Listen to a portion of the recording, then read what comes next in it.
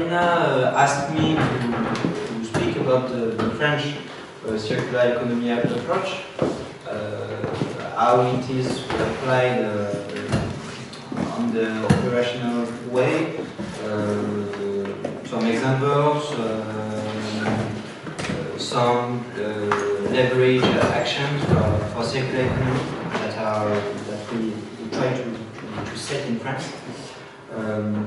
So I get to this point during my presentation. Firstly, I just introduce you quickly what is French National Institute for Circular Economy, and then some definitions, examples, and levers for circular economy. So, the National Institute for Circular Economy, it's a think tank.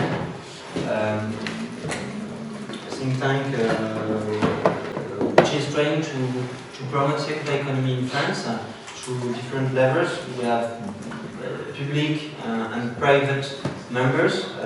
It's an association which is gathering all these people to think about transition to a circular economy and trying to think how it has to be deployed in regulation, in sectors, economic sectors, what are the barriers today and how we can leverage these barriers. Okay, so we can find very different organizations, NGOs, companies,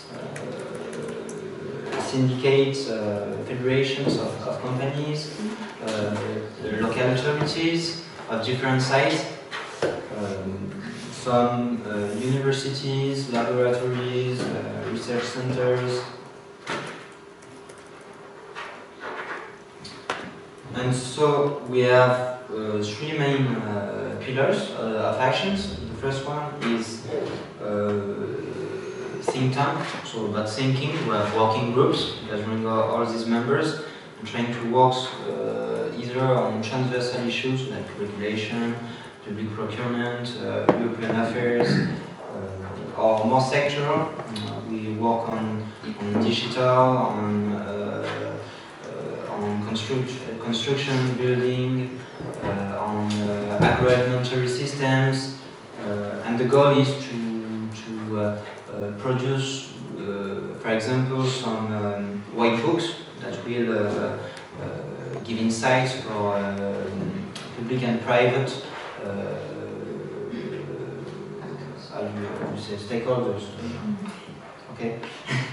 And a second part is about networking influence. So through regulation, we try, when there is a regulation that concerns circular economy, try to promote our point of view through documents, through presentations.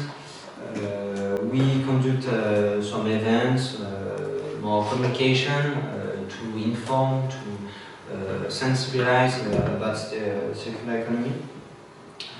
We are also developing a network of platforms to gather case studies about circular economy, to facilitate meetings and creation of projects about circular economy.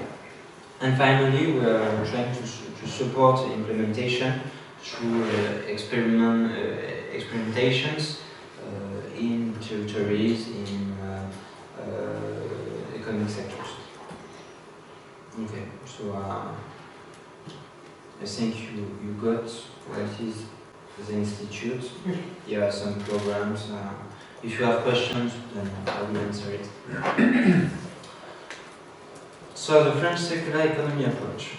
What is a bit specific about France? I try to go through that.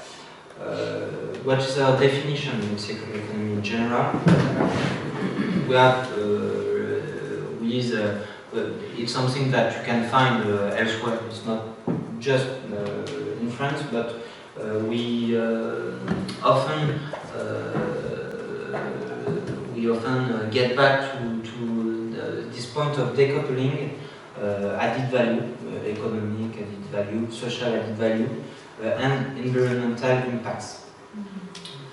through by optimizing, reducing resource use, so preventive sobriety aspects first, and then by doing cycles through value chains, so quite classical, to get added value and positive loops.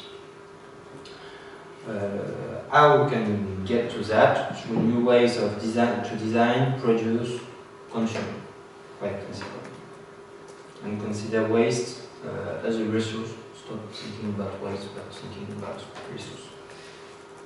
It's okay with your own definitions? Approximately? You see a difference? No? No, don't look at me. Tell me, like, so what seems strange to you? I don't understand decoupling. Decoupling? It's added value. Okay. What do you mean? Yeah, okay. Just to say. Societal, yeah, it's about social added value and economic added value in terms of creation of well-being, of economic activities. We try to it's not just about product. How do you say PIB in English? GDP? GDP, yeah, it's not just about GDP. It's also about well-being, more general. I don't want to discuss here about the economic metrics because it's not the point. But it goes beyond. GDP. You see what I mean? I guess I don't understand why you are decoupling. Why you want to ensure to decouple it? Okay, Surely you decoupling. want to ensure to couple it. Yeah, decoupling. I didn't put the graph, but decoupling is reducing. Decoupling from the negative. Reducing, yeah, the consumption of resources, and at the same time increasing the social and the economic added value. And so generally you have different ways to see decoupling. Either it's straight decoupling, where you really decrease the consumption of resources, and at the other side you really increase social added value, or you can increase both of them, but there is a relative decoupling because you increase more the societal added value. Okay. And generally what we consider today, we need a straight decoupling to get to strong durability, so we need to decrease, I get back to this, the resource use. It's okay? Yeah? Very quick comment, because usually in the earlier definitions, it's about decoupling resource use and economic growth, right? Yeah. So this is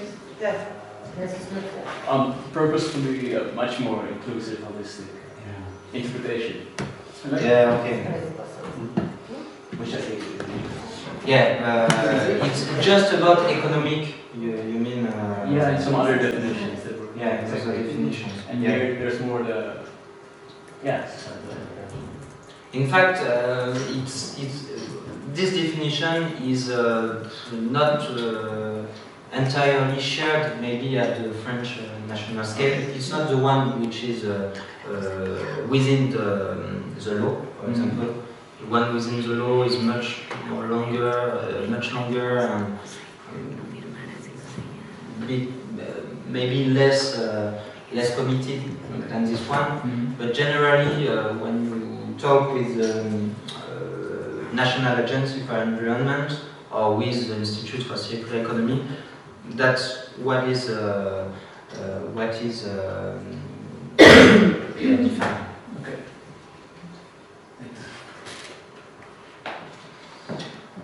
So just I put these two graphs that you may know. The consumption of resources that exploded during the 20th century, I multiplied by 8 from 90 from 2000, I don't know how to say, and 2000, and it should be multiplied by 2 again until 2050, because we have an explosion of demography in some part of the world. There's a lot of people who are aiming to access to middle class, or and so better levels of consumptions. So usually, there is a strong issue about the environmental footprint. Okay, well, if we go on business as usual path, we should be almost consuming 3 planets in 2050. Disagree? No, it's good. So, and now we are almost at 1.5. Okay, so we need another path, and so I get back to the straight decoupling and the fact we have to reduce at one point, because if we continue if we keep growing a consumption of resources, anyway, we won't be able to sustain on the long term a way of consuming and producing. Because even if you recycle 100% of your resources, if you keep consuming more and more, what is recycled will never be sufficient to ensure tomorrow's consumption. Okay, so there is now a strong consensus that recycling is not enough, and that circular economy must not be limited to recycling. So this one, you know it very well.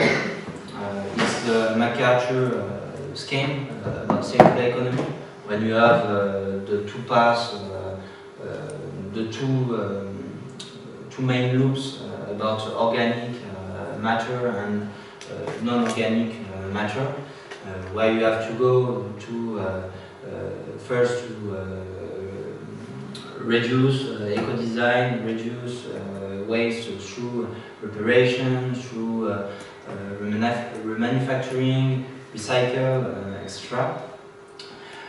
This scheme is really useful. We use it as well in France, but we have quite a different approach that has been developed by the French National Agency for Environment in 2010, approximately, a bit after. And it's this one that we usually consider in France. So it's more about actors than the first one. The first one is more about value chains in general and economic sectors. This one is more about actors' behavior along the value chain.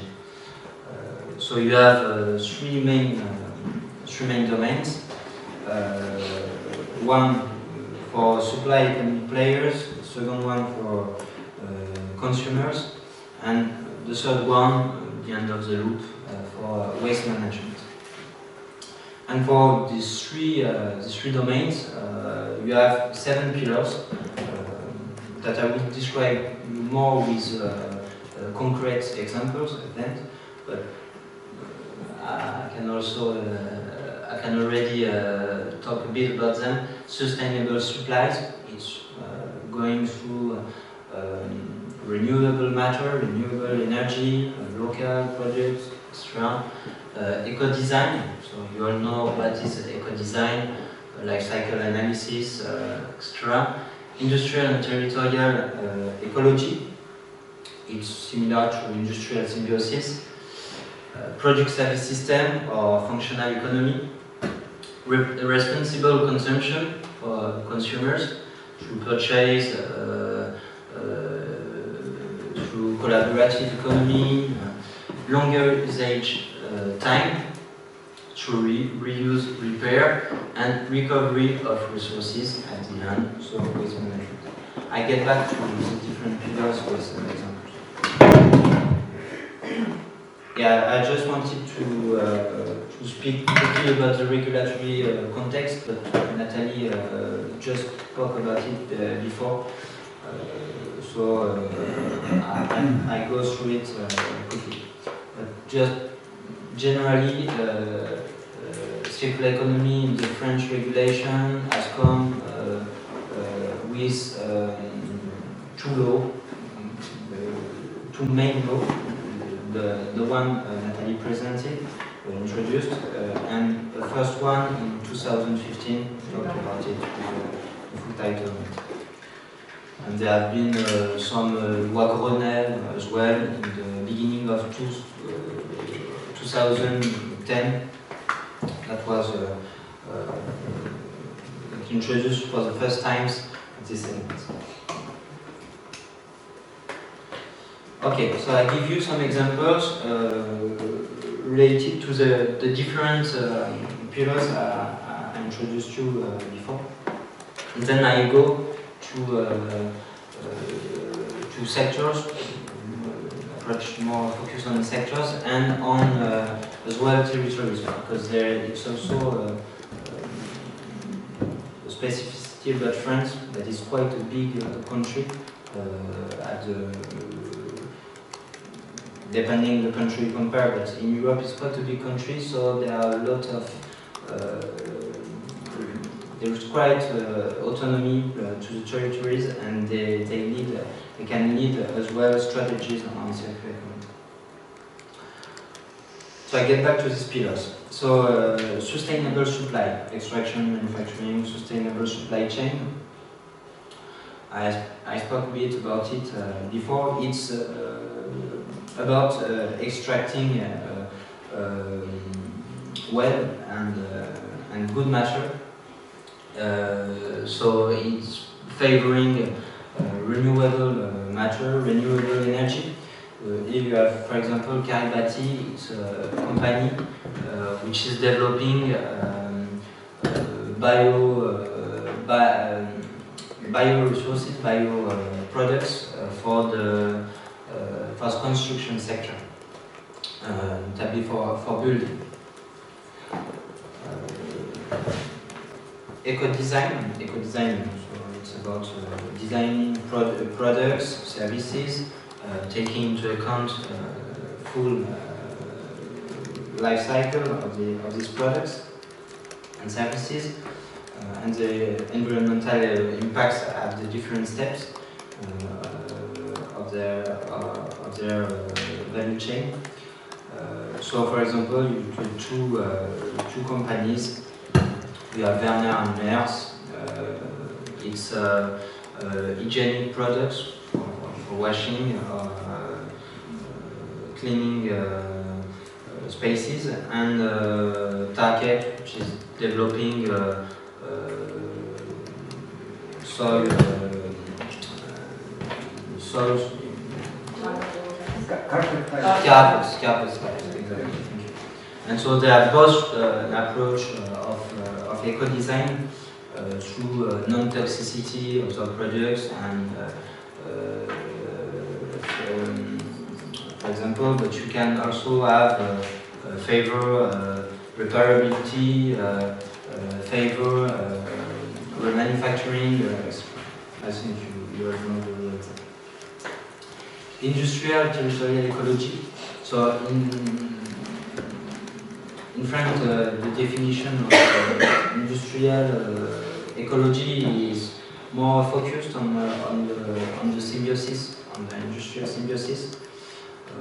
You have many examples like ArcelorMittal, in the north of France, which is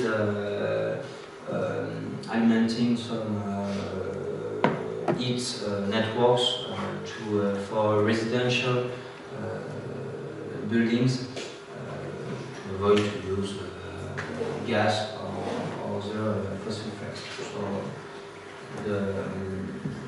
the flows that are the outflows from one industry will be used as an inflow for other industries or for residents, for local authorities, etc. Functional economy and project service system. This one is about the economic model that is set by the companies. For example, you have, I think you know about Michelin, which is not selling his tires for trucks, but now lending these tires with a model of selling kilometers, so they remain the owners of the tires and they can get it back and reshape, so make some savings about the primary materials, and at the other side they get fidelization from clients, and they offer more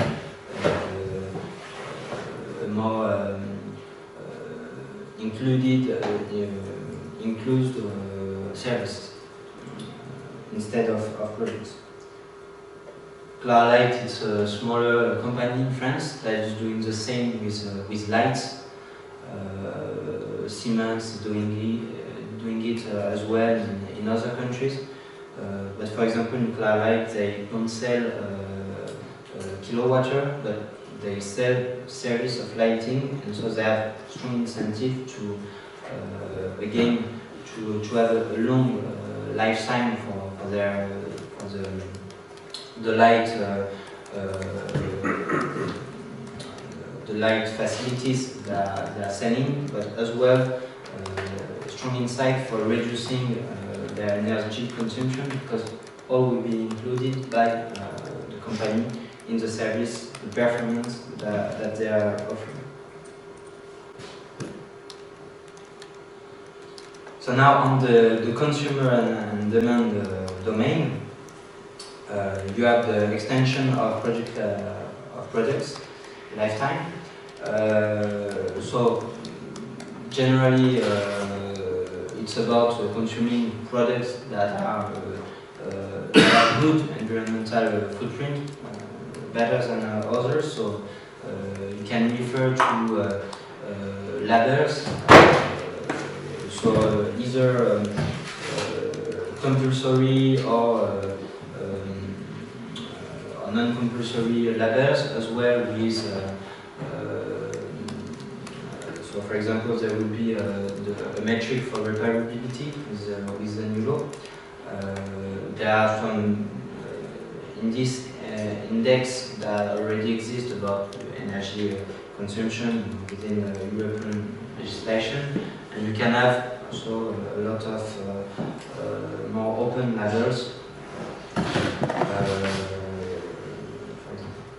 You can have as well mutualization of consumption to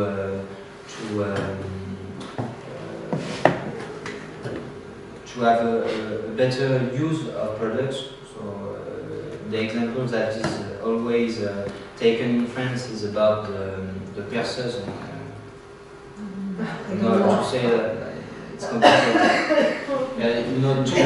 Tools to make holes in the walls. A driller, yeah, exactly. So a driller, everyone has his own driller, and the use life of a driller is approximately about 10 minutes in his whole life. So why everyone should have his own driller, and why wouldn't we share this driller? So you have some platforms that are being developed to favor collaborative consumption. For example, Mutum, it's a platform where you can just lend products from citizen to other citizen, and you have a complementary money with it, the mutum. So if you lend something, you get some mutum, and you can use them back to take something else from another citizen.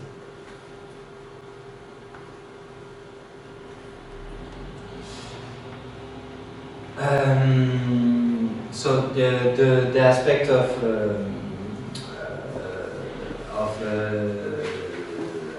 lengthen the lifetime of products and services. You have some example. For example, you have some example from CREIDD that is now developing specific guarantees on their products. They are also developing some offers with functional economy, and they have a strong strategy to have products that have better, longer lifetime, so they can be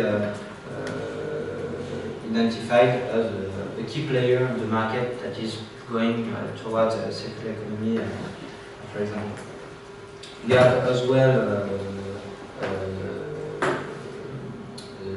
deposit, how did you say it? Refund deposit. Collect, consignment. Yeah. Refund deposit and some new offers on this aspect that are being developed to the market. So the example of Loop is quite famous today. It's not only in France, it's also in UK and in New York, I think. And so they are now giving the possibility for consumers to consume some products and with refillable packaging.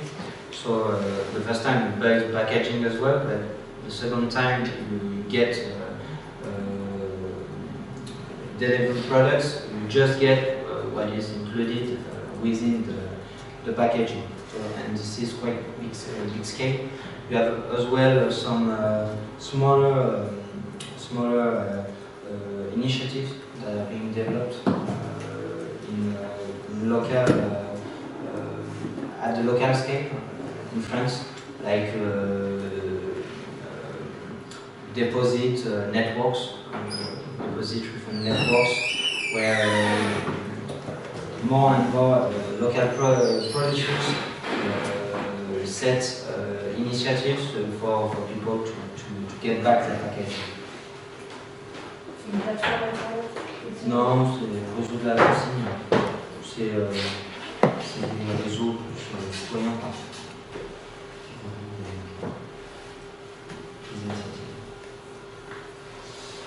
And the last part, so and we consider usually when it gets to recycling, material organic recycling, it's almost that you lost already, that you didn't manage to lengthen the lifetime of the produces before.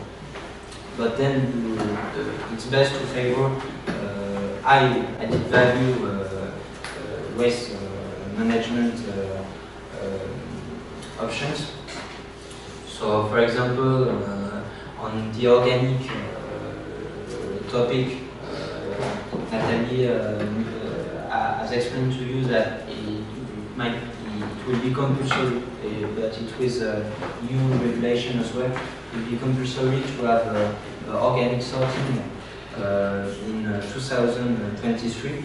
So we need to get some ways to collect all this bio waste efficiently, and also, of course, some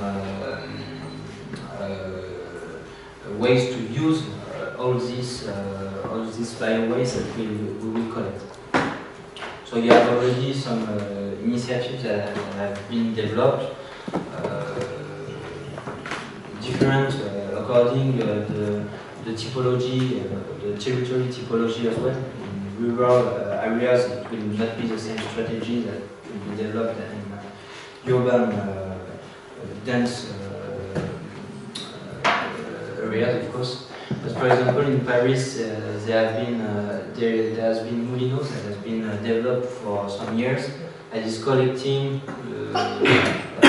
from restaurants bio-waste with trucks that ride with biogas, and with a high policy of social inclusion. So they create a new job to collect this bio-waste and to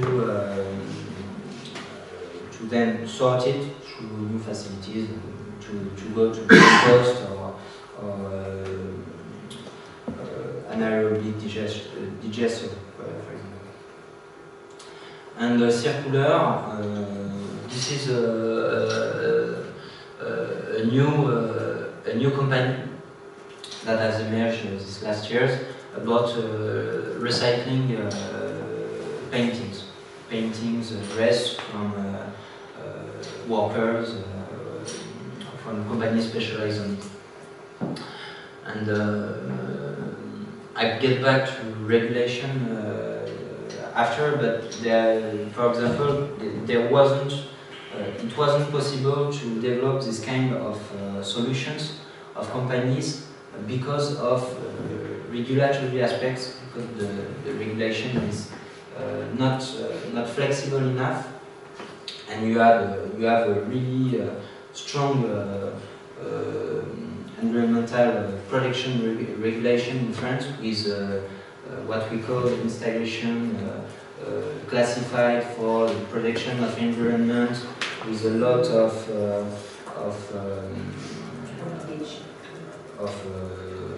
classes and specificities.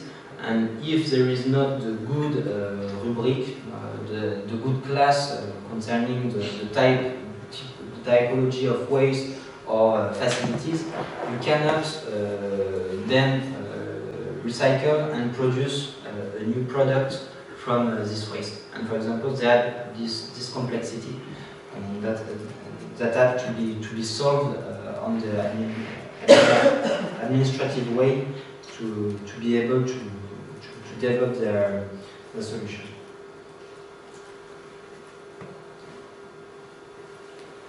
So we can apply these different pillars to every sector that you want. Here, for example, it's applied to agroalimentary systems. You have the first part about again production. When for example, for agroalimentary sectors, you have to reduce fertilizers, pesticides, the use of water, the use of land at the maximum, to have a good management of ecosystems, of material, energy flows. On the part of consumers, you have to inform consumers about which products are good to facilitate short circuits, to struggle against spillages, waste, through use of the consumers. Reflections about the agroalimentary regimes as well, consuming maybe less meat, etc. So all these things about packaging as well. And on the last part, you have to think about get the nutrients back to the earth with a high level of quality to avoid contamination, but also to limit the use of fertilizers. We can do energy, waste to energy valorization, where the material recycling is not possible, etc. Okay. Same for construction.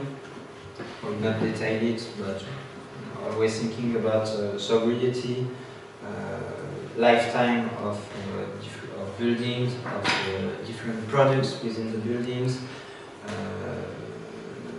about territorial optimization of flows as well.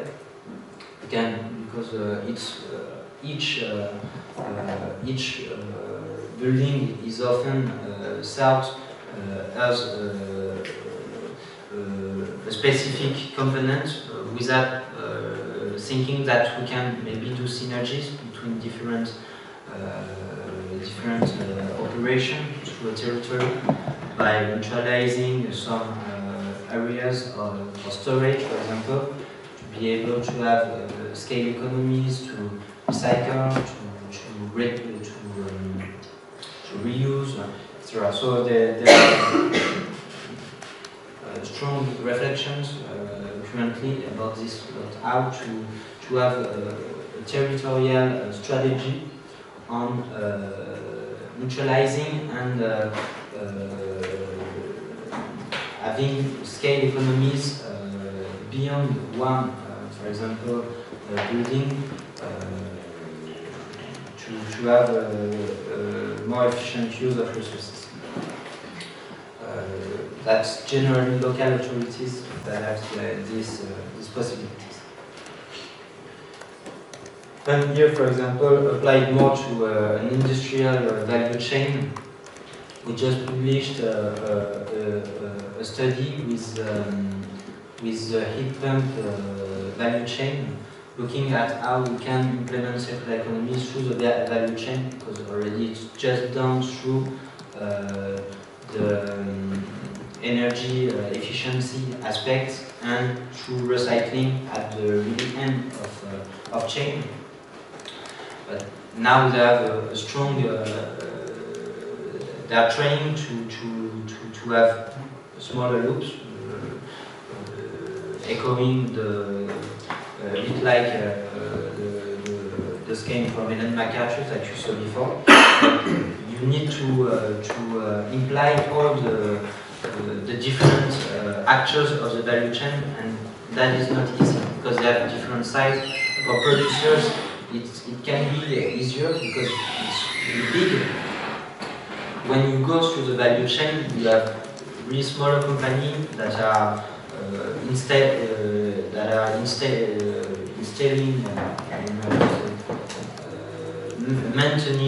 maintaining, installing all the machines, and you need to get these people with new qualifications to be able to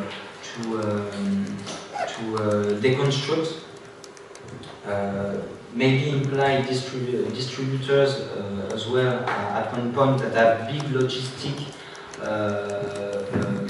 facilities that can be able to have take-back systems to store the machines that have been used, to deconstruct, to remanufacture, replace the pieces, the components that are broken, etc. So there are these reflections that are being conducted by different value chain. Okay.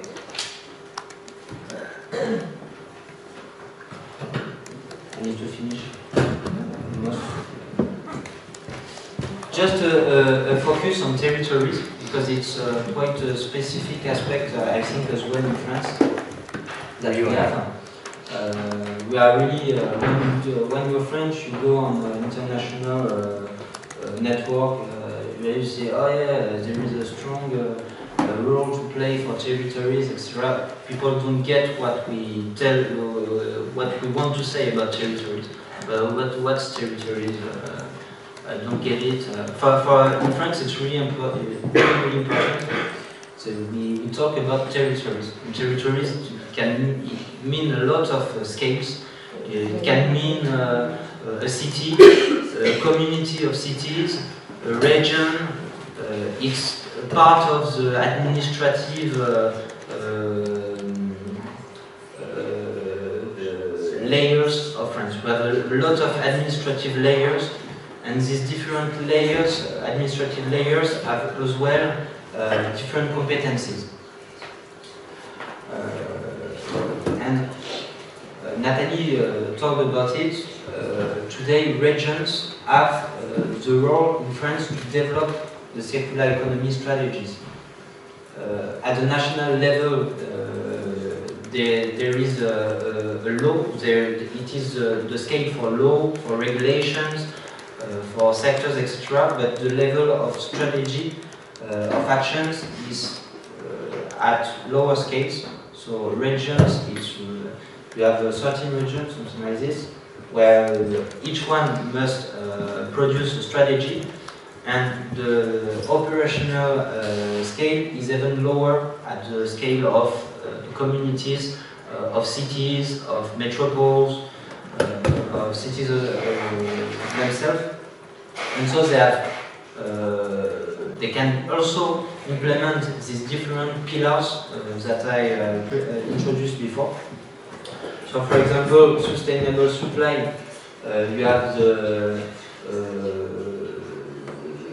have cities like Albi, which is a city in the southwest of France, which has developed a strategy to get self-sufficient in terms of alimentary supply.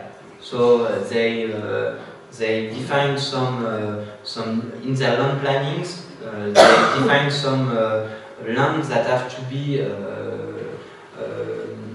reserved, booked for agroalimentary production that will be consumed locally. It's more like a long-term target.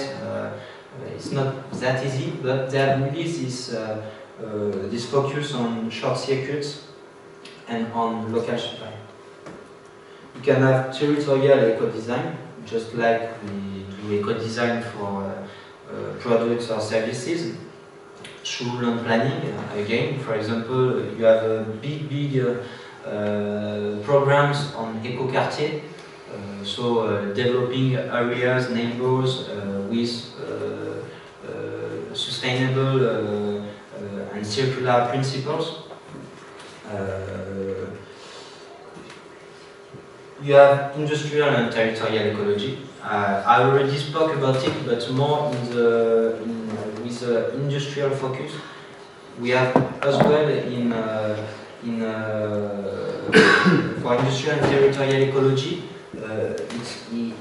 It is now a policy for local authorities to create links between all the companies on territorial level by a bit forcing connection between companies, because companies, and especially small local companies, it's not easy for them to connect with each other.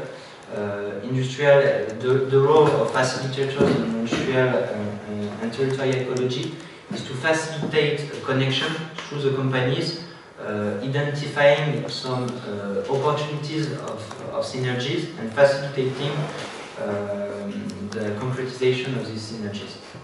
So this is a map from Ori. Thank you. You have a new one. It's old. But soon. Another one. Okay. There is the principle of sharing territory as well for the different public policy, public services, for example, mobility, accommodation can go through sharing economy. Here is it's an example from Bordeaux, Platform Way on construction operations. They have shared some lands to have available storage lands to do recycle, reuse at a local scale. And finally, 3R, so reduce, reuse, recycle territory, having a waste management strategy in line with European hierarchy of waste principles. So here, for example, SMICVAL, it's quite a famous example now in France because they have developed inverse supermarkets. So instead of going to a supermarket when you buy a product, you go there to give your waste. But it's no waste anymore because if you give it, it remains products. So it doesn't go in regulatory problematic aspects of waste. So for example, I have I don't know, a driller game that I want to get rid of. Okay, I will not throw it.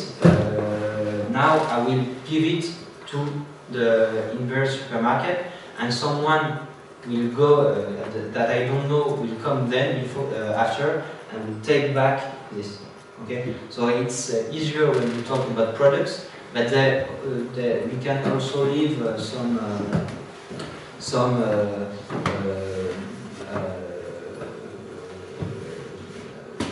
green waste, for example, and get compost, and some people from the commune, from the city, can come and buy this compost that has been produced with the local compost. In the case of the dealer, would you be paid, or you just can leave it for free? No, we leave it for free. You leave it. But it's like a second-hand shop, like, or no, it's not a shop. It's more like a déchetterie, in fact.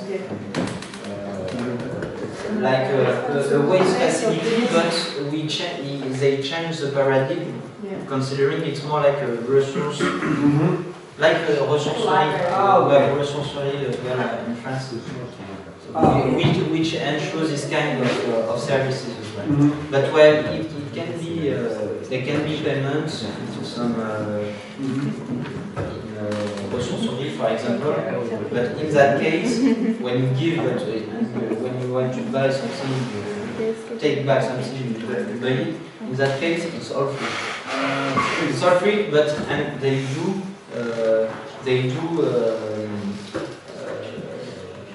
savings on the considering the waste treatment costs for the commune. So they develop this, but still they are reducing the taxation, local taxation on waste. So this is a good example. Is there an animator, somebody to lead all the thing, or is it free and it's only boxes? It's a bit the principle of distribution of supermarkets. You get oriented through signs. It's outside? No, it's inside. There are two parts. There is a part inside and a part outside. But you come with your car and then you enter, and then then there is chariot. I don't know how to say it, but you need your stuff. Deposit through the shelf. There is someone inside to well, of course. There is someone who is checking.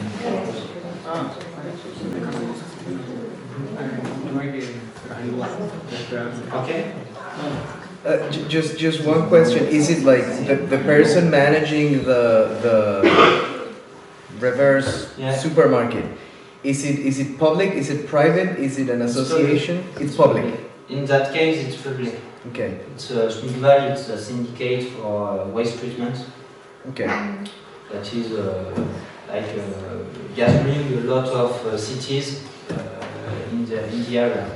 I don't know exactly the number. Okay. Maybe 200,000 inhabitants, something like that. And it's managed by the local administration, like a waste management sorting facility would be. Okay. It is legal? Sortir du statut, parce que tu dis... I think that there are some discussions about it. Yes, I think it's not... And today they take a bit of risk. We visited it, they told us, okay, if someone takes the driller at his home and get did a lot with it. He could maybe attack the collectivity, the local administration, and they are taking a part of risk. Very interesting. It's an experimentation, kind of. Yeah, but they have launched the second one. No, they have two of it. But I don't know in other places. But in that case, it's a bit of substitution to ressourcerie. Because they are not ressourcerie. But when they are ressourcerie, it doesn't make doesn't always make sense. It depends on the local tissue and what activities are being developed on the reuse preparation aspects. So I go to the leverage actions for circular economy that are being developed at national and more local levels. So you have public procurement. So public procurement, you will know it. It's about in France it's about 10% of GDP. So if you really include circular economy through public procurement, it can play a real role and it can impulse a lot of circular businesses. But today there are still big breaks to develop real circular economy, public procurement, circular economy targeted public procurement. So, for example, the professional of buying of the public procurement in local administration, they are not always trained to it.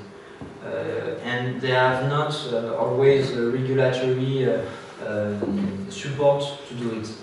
And you get quickly confronted to free circulation regulation.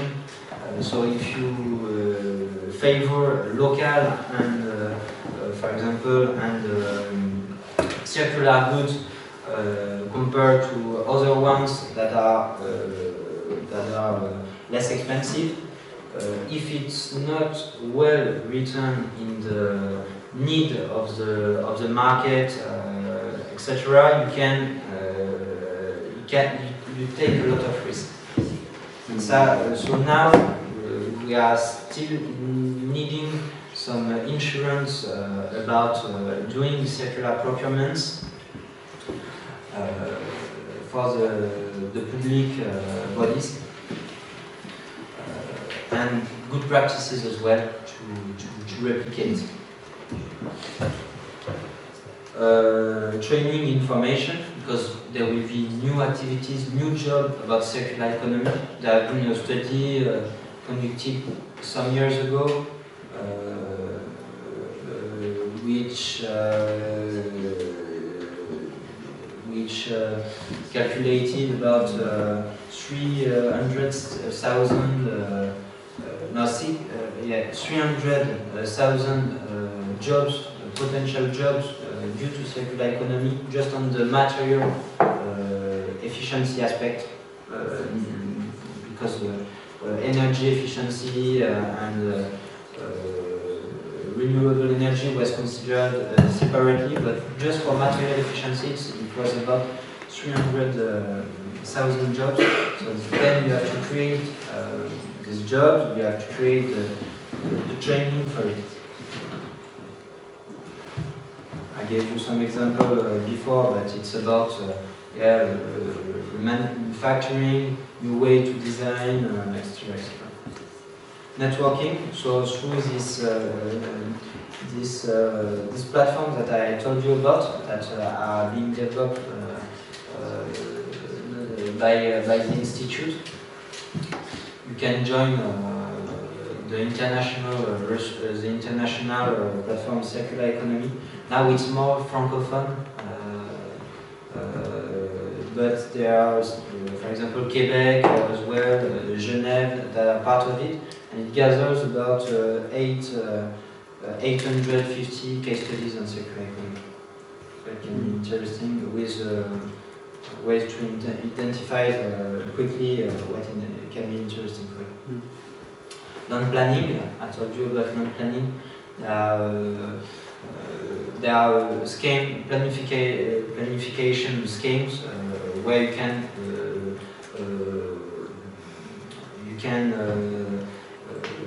book spaces,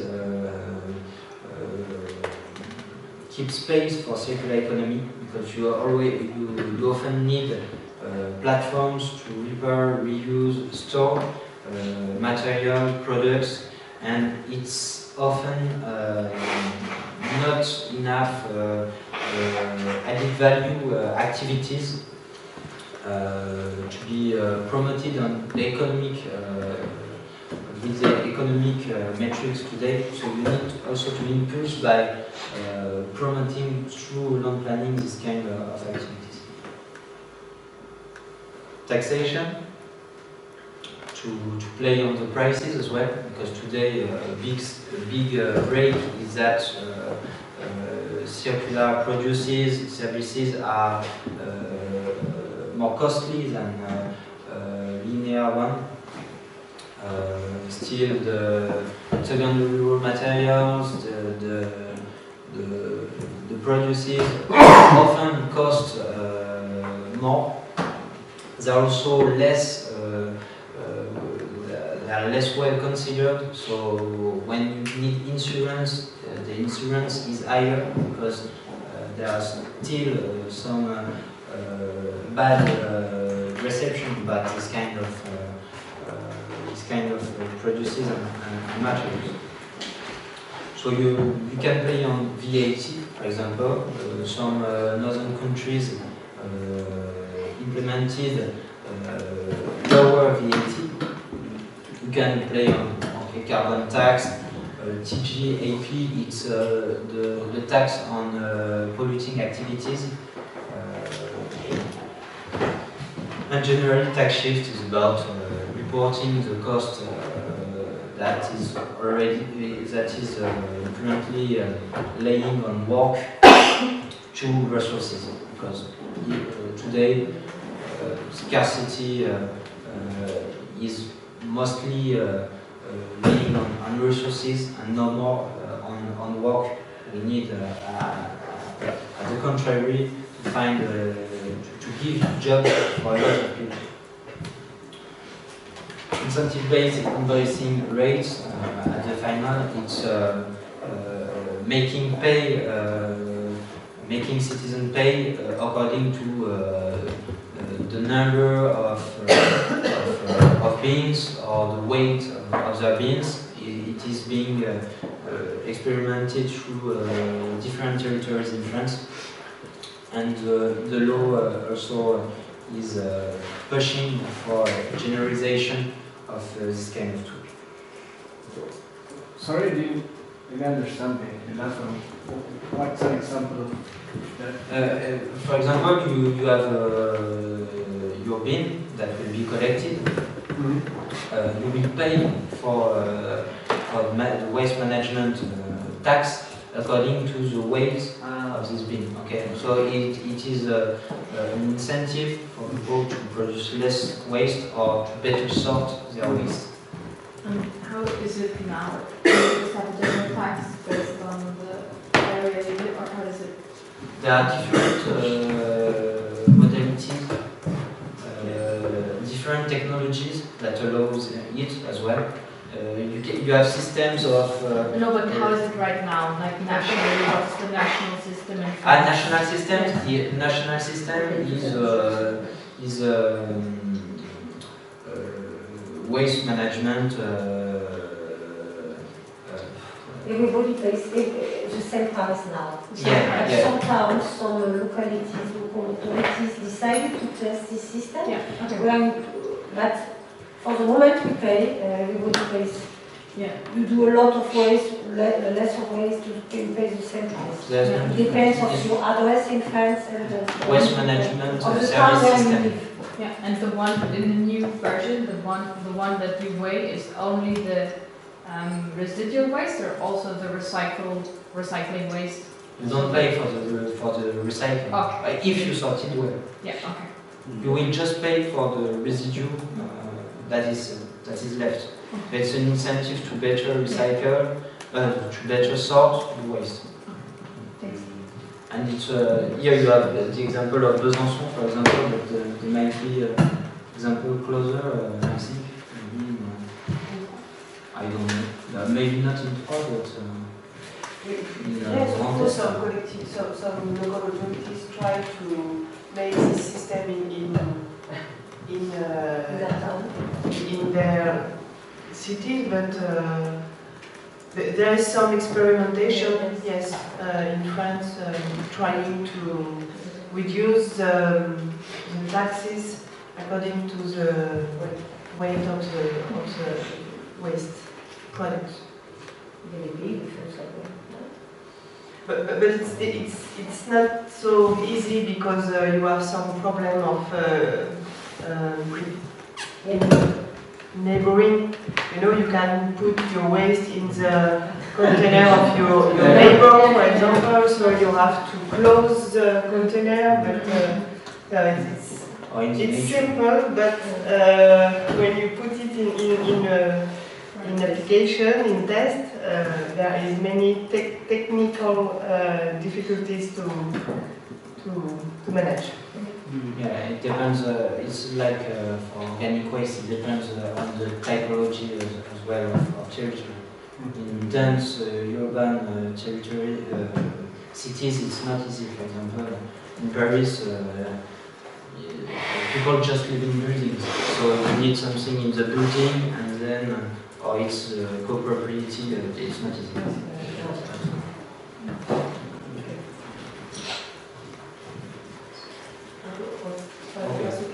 So regulations, so you already spoke about it. We are champions of polluter pays principles through EPR schemes, extended producer responsibility schemes, but Natalie spoke of it, I think. And we have as well innovation supports through mainly the National Agency for Environment, for circular economy, through different innovation funds that are addressed either to infrastructure, facility investment, or more to consumer behaviors, companies' behaviors, consumer behaviors, etc. Also,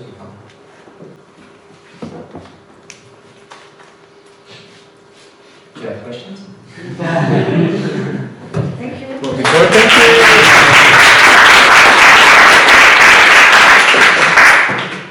So we have time to questions now. you. I'm going to start. I have the mic already. So the question is, I'm interested in this idea of the eco neighborhood, the eco quartier. And I know there are some eco neighborhoods happening right now in Paris and some other kind of big cities in France. And I'm curious about, like, because you talk about the land,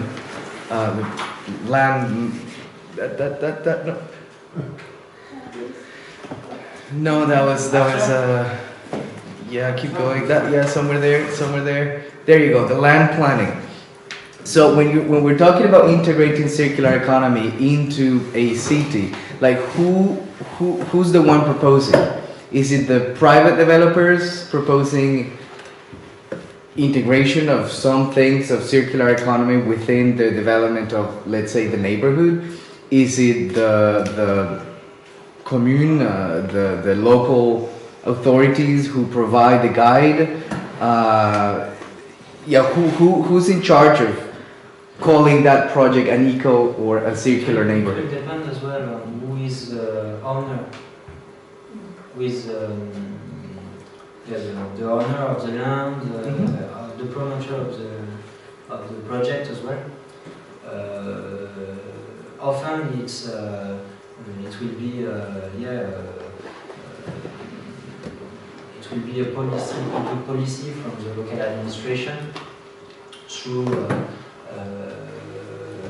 land planning schemes, so to have some reserved area for circular economy through public procurement. So we need someone to for the field that belongs to the cities. We need offers that include circular economy, but it can be private as well. Is there like a French, I don't know, guideline for that, or is it like, let's say it's a private land, you propose your own circular? Auré has been writing a guide, I don't know when it was, avec un diplôme sur l'aménagement. Yes, we have done a white paper for the ADEME Agency of Environment, ADEME, about how to implement circular economy inside the management and planning, urban planning and so on. And we lead two groups with ADEME of some collectivities, local authorities that wanted to implement this kind of thing. So we work with services of local authorities to implement experimentation. So we had 2 sessions of this workshop. It was about 12 local authorities that work on this subject. But there is a lot of work about it. We work a lot with ADEME, the ADEME agency on it. Yeah, they're trying to merge currently ADEME the programs on Eco-Quartier with as well circular economy and planning issues. But what was interesting in this paper from Auré and ADEME was that we have to link strategic and operational scales.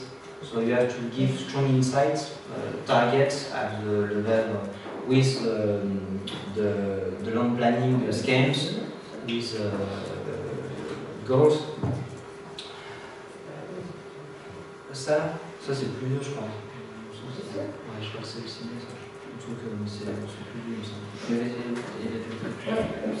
There are 2 levels: the macro level with the regional and with the strategic level. They are not the same actors. For the macro level, you have to work with the regional councils and so on, and then the micro level where The operations. The operation. So with eco-design, Yes.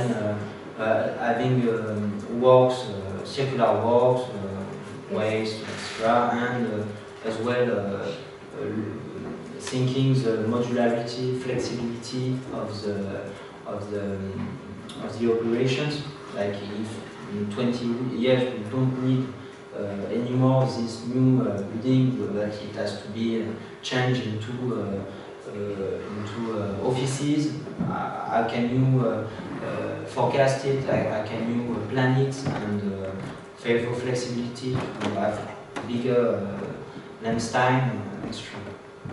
So but it's a really good guide, entrance to this subject. So I have a question about public procurement. You had a very nice diagram showing the complicated models of valuing this. My question is not about public procurement, it's about public-private partnerships, which is part of public procurement. Do you have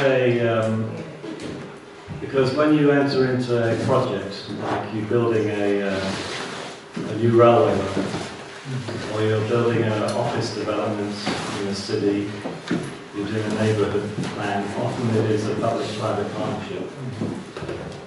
So, and a public-private partnership may be something that is a deal, an agreement which has private financing, like these are very financialized private equity agreements. So how does in the French system, when you do a public-private partnership, how do you value, does the circular economy come into the contract negotiation? Is it modeled, when you draw up a contract to finance a big project like a railway line? Because I'm kind of interested in that. I've done some research on public-private partnerships, and these are very complicated agreements, but I'm not aware, in the American system, the circular economy is not a factor when they negotiate these, or they draw up these contracts. Are you, in France, are people thinking about creating contracts that take into account the circular economy? Is this happening? I think it's beginning. It's beginning. It's beginning, but there are some good examples. I've not example in my mind just now, but where you have local authorities and companies that are going through this kind of partnership with including what we call innovation partnerships, for example, where including different phases of the R&D, for example, you have to try something new, and the second phase of implementation, where it leaves more flexibility and potential for innovation. Yeah. Can be an example. You have some, it's more on local examples that can find this kind of partnerships. But I know that in Toulouse, for example, the Airbus has seen a big partnership with Chamber of Commerce, the Metropole of Toulouse, for kind of Green Deal on the industry of the future. These kind of things are being developed. Thank you. But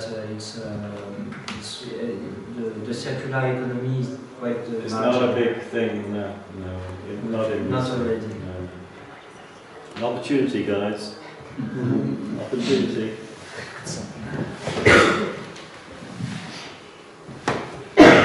Thanks for your presentation.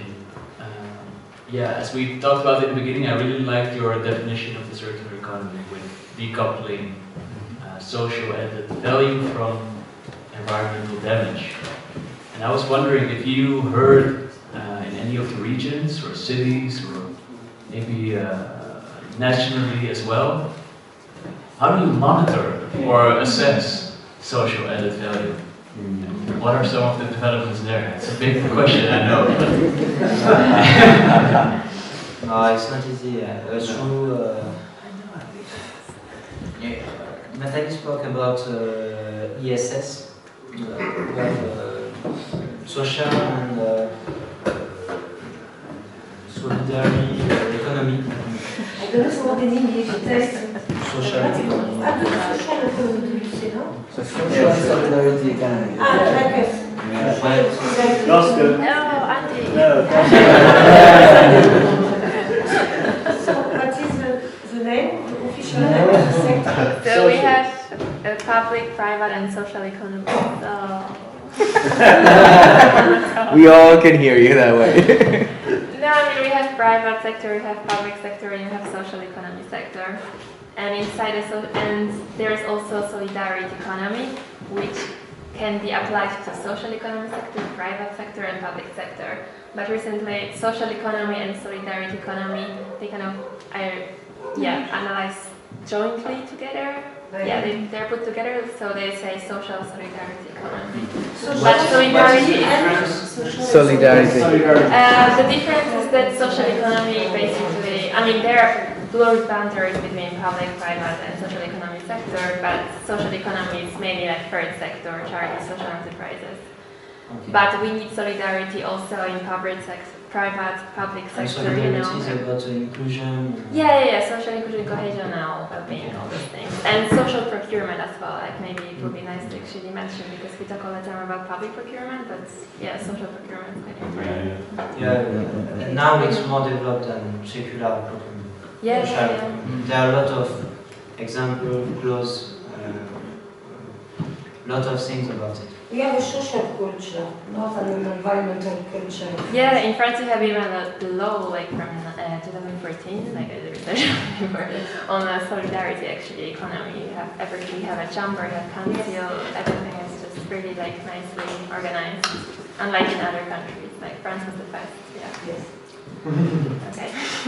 Go ahead, give it back. But there is a kind of overlap. It's not the same at all, what we call social solidarity economy and circular economy, but you have an overlap at one point with some activities where you can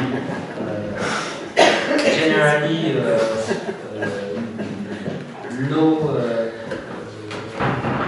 it's not always high intellectual works. It's more like manual works, etc. And you have to evolve as well. The goal is also to professionalize the people and then make them live the ESS social economy to get to the current tradition. But there is an overlap, and often it is the number of jobs, for example, created at this overlap between circular economy and social solidarity economy is considered, for example. Yeah. And but it's not an ideal metric. No.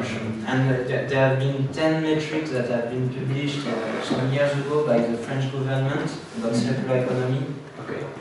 It's really generic and covers a lot of things. Okay. We have not the equivalent of material flow analysis, for example. It's too much more complicated. Yeah. And on the other side of the equation, so on the environmental side, for example, are potential emission reductions that can be achieved through circular measures on a regional level, are they harmonized with national reduction targets? It's not enough measured. Okay. And often what we consider, for example, for emissions, for the emission target, but it's not only in France, I think it's the same in all countries in Europe, is what is emitted only on the territorial basis within the and borders. not from the consumption basis. Yeah. So a lot of our emissions have been exported to Asia in the last 30 years. We say, oh yes, we are in line with the Kyoto Protocol, except if you consider a more circular approach with what we consume, in fact, we are responsible as well, at least for a part of the emissions. It would have increased, in fact, since 1990. Yeah, this is an interesting discussion. So there is I think it's a domain that needs to be emphasized, and we have to work on.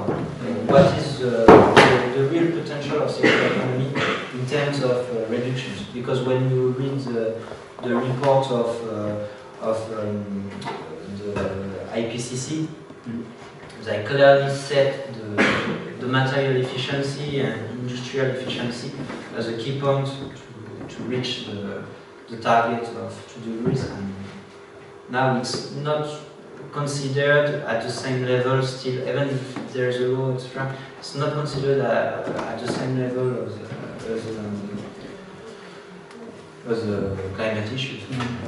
That was the goal in the French roadmap to decrease the tons of dioxide diversity. What is the name in English? Thank you.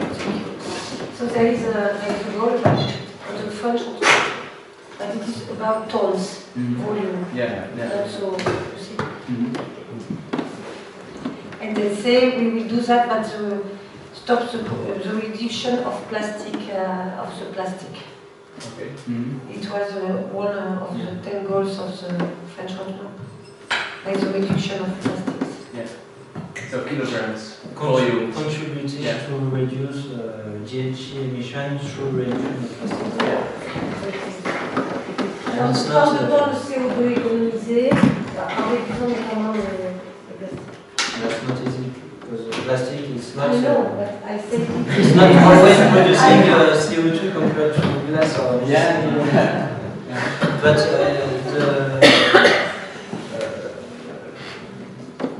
in the law of 2015, at least there were some really interesting targets in terms of material efficiency in the law. There was something like increase by 2030 by 30% material efficiency in France. Now it was not a compulsory target. It was, and it has been suppressed. It has not been suppressed, but it's not doesn't appear on the new law. Okay. And there are not at all this kind of goals. Okay. It's more about reducing, recycling plastics, etc. Interesting, but not holistic goals. Yeah. Okay. Thank you. Thank you for your presentation. I have a small feedback on the diagram of waste management, supply and producer, the circular economy diagram. I really like the diagram, the way it's characterized. This one. So, but under responsible consumption, under demand and consumer behavior, I think refusing or reducing is missing.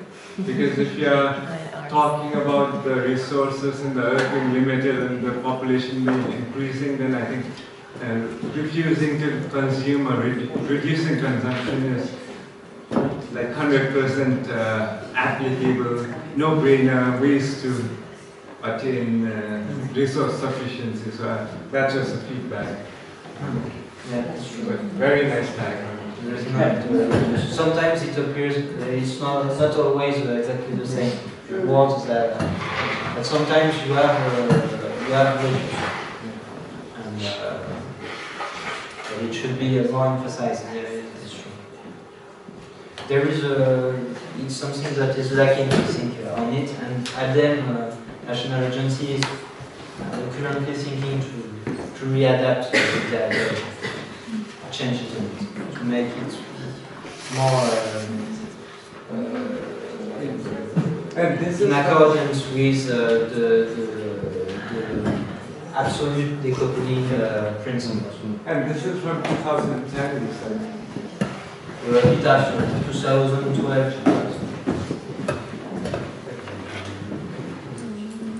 I have one last question. Is about the employment, and it goes for you and well, Natalie distracted now. But like, how do you conceive the employment within a circular economy model? Like, what kind of jobs are you expecting to create, and how? It's interesting for her because she worked during the French roadmap on this question of employment. So, Natalie. Sabrina, you're distracting Natalie. Come on.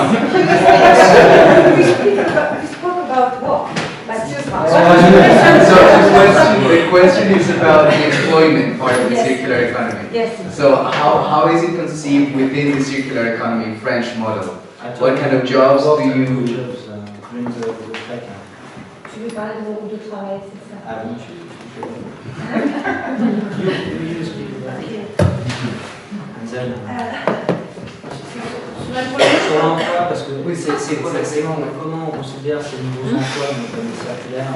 C'est comment la transition, la lecture de cette transition de l'économie. Okay. I was the president of a workshop that was named Employment Skill and Training.